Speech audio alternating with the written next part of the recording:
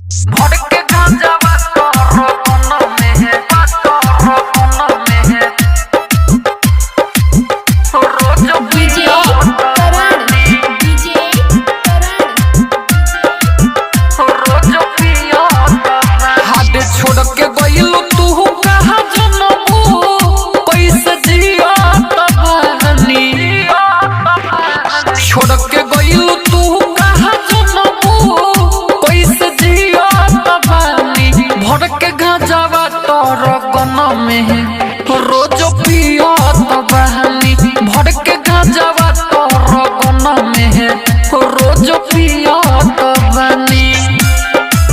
रोज पिया तबहनी भड़के गांजावा तोर गना में है DJ Karan DJ JS recording studio Sukhdev चौक नेपाल रोज पिया रोज घसवाही में रहलू भेटा तो हो वही जगह हो तड़े मीठी मीठी बात हो रोज घसवाही में रहलू भेटा तो हो वही जगह हो तड़े मीठी मीठी बात हो फाटल पड़े जाके अपना सुनसिया तबानी भड़के गांजावा तोर गना में रोज पिया तबहनी भड़के गांजावा तोर गना में रोज पिया तबहनी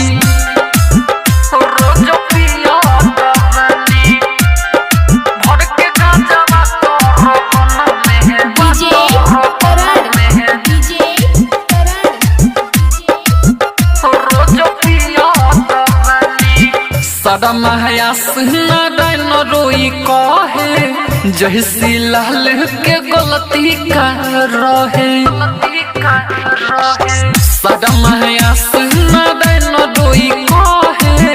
राइट प्रेस के गलती कर रहे महेश दीपेंद्र दास प्रेमी के जैसे जिया तबानी भड़के गांजावा तोर गना में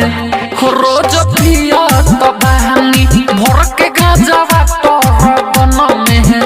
रोज पिया तबहनी छोड़ के गइल तू कहां जनमू